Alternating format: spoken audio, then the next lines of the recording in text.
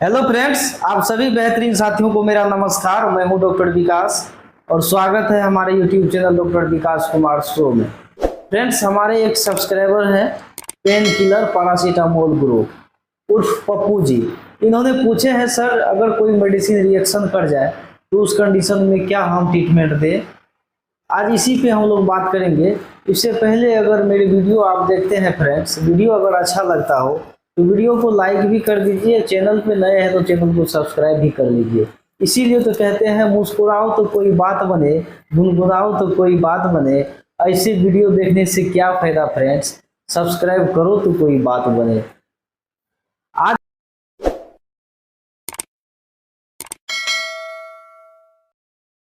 हम बात करेंगे इसी विषय पे फ्रेंड्स, एक बात समझ लीजिए। आप आपके ओपीडी में या आप क्लिनिकल प्रैक्टिशनर हैं या आपका ओपीडी है, आप प्रैक्टिस करते हैं, उस कंडीशन में अगर कोई इंजेक्शन, कोई एंटीबायोटिक्स या कोई किसी भी तरह का इंजेक्शन अगर आप पेशेंट को दिए और वो पेशेंट को रिएक्शन कर जाए तो उस कंडीशन में हम उसे कैसे हैंडल कर सकते हैं। बिल्कुल साधारण सी बात है फ्रेंड्स, इसमें ज़्यादा घबराने की जरूरत नहीं है। सबसे पहले आपको पेशेंस रखना है, धैर्य रखना है। और अगर रिएक्शन कर जाए तो सबसे पहला जो लक्षण आता है पेशेंट का, उसके चारों तरफ बॉडी उसको फुंसी टाइप से निकल जाएगा, गोले गोले चकत्ते टाइप से निकल जाएगा। और उसका अगर आप पल्स रेट देखेंगे तो पल्स रेट नॉर्मल से भी कम हो जाएगा। कभी कभी पेशेंट में बीपी भी डाउन होने लगता है उस कंडीशन में, या कभी बॉडी उसका पीलापन भी पड़ जाता है।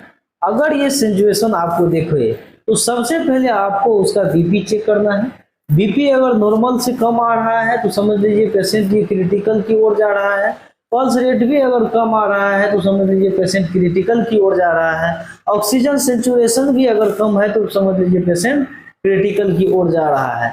तो इस कंडीशन में आपको घबराना नहीं है। अगर घबराएंगे, आप हिम्मत को हार देंगे तो फिर वो पेशेंट कोलैप्स कर जाएगा। सबसे पहले अपने माइंड को कंट्रोल करना है और पेशेंट को भी बोलना है, पेशेंट के परिजन को भी बोलना है, उसके गार्जियन को भी बोलना है।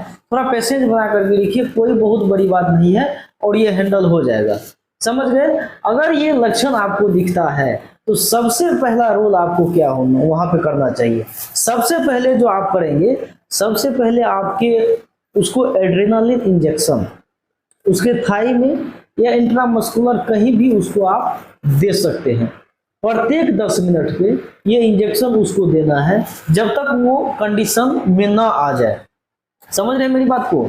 और उसके बाद एक एविल भी इंजेक्शन आता है, फेनेरामाइन, वो भी आप उसको लगा सकते हैं इंट्रामस्कुलर। ये देने के बाद अगर बीपी फॉल कर रहा है, बीपी गिर रहा है, तो उसके साथ में अगर उसको सांस लेने में दिक्कत हो रहा है, क्योंकि जब वो एनाफिलेक्टिक शॉक होगा, मतलब उसको रिएक्शन करेगा तो ऑलरेडी उसके बॉडी में मतलब सूजन टाइप से आ जाता है कहीं कहीं, तो उसके अंदर में भी सूजन आ सकता है, रेस्पिरेटरी प्रॉब्लम भी उसको हो सकता है। तो उस कंडीशन में सूजन आने के कारण उसको सांस लेने में दिक्कत होगा। तो उसके लिए आपको करना क्या पड़ेगा, हाइड्रोकोर्टिसोन 100 mg का इंजेक्शन आता है, 200 का भी आता है, लेकिन हाइड्रोकोर्टिसोन 100 mg का इंजेक्शन आप उसको एक आईवी उसको इंस्टेंटली कर देना है, नस में उसको इंस्टेंटली उसको दे देना है। ये थोड़ा बीपी को भी कवर करेगा और इन्फ्लामेशन जो बन रहा है उसको थोड़ा कम करेगा। अगर उसको सांस लेने में परेशानी है, वीकनेस महसूस हो रहा है, या पेशेंट जो है अनकॉन्शियस हो गया है, तो उसको सबसे पहले तो आपको उसको मतलब जिस पोजीशन में दिखा रहा हूँ उस पोजीशन में उसको लेटा दीजिए। अगर उसको बीपी फॉल हो रहा है तो आप उसको आरएल या डीएनएस लगाइए, और डीएनएस के साथ में अगर उसको सांस लेने में तकलीफ हो रही है तो एसिग्रोफाइलिन या डेडिफाइलिन इंजेक्शन उसमें डालिए ताकि सांस लेने में भी उसको रिलीफ मिले। और उसके बाद पेशेंट को आप धीरे धीरे ड्रिप उसको दें और वो धीरे धीरे पेशेंट 10 से 15 मिनट, 20 मिनट, 1 घंटा तक में वो पेशेंट कवर हो जाता है। अगर सीवियर कंडीशन हो रहा है तो उस पेशेंट को ये प्राइमरी ट्रीटमेंट देकर के आप रोके नहीं, उसको इंस्टेंटली हॉस्पिटल की ओर भेजें और जहां तक हो सके आप उसको कोऑपरेट करें ताकि आप किसी भी इलीगल से आप बच सके। समझ गए फ्रेंड्स। इससे पहले हम क्या करें, जो कोई भी दवाई दें और रिएक्शन कर जाए तो उससे पहले आपको करना है, क्योंकि अंग्रेजी एक ऐसा दवा है, आप ये बात समझ लीजिए, अंग्रेजी ही एक ऐसा दवा है कि कुछ भी कहीं ना कहीं कभी भी किस वक्त किसको कब रिएक्शन हो जाएगा, ये कोई किसी वैज्ञानिक के भी पास ये पता नहीं है। लेकिन आपको ये याद रखना होगा जो हमको किस एंटीबायोटिक से रिएक्शन होता है, तो वो एंटीबायोटिक आपको यूज नहीं करना है, क्योंकि आपका बॉडी ऑलरेडी उसको एक्सेप्ट नहीं करता है। तो इसलिए आपको एंटीबायोटिक किसी भी तरह का इंजेक्शन का यूज करने से पहले उसका आप एएसटी टेस्ट जरूर कर लें।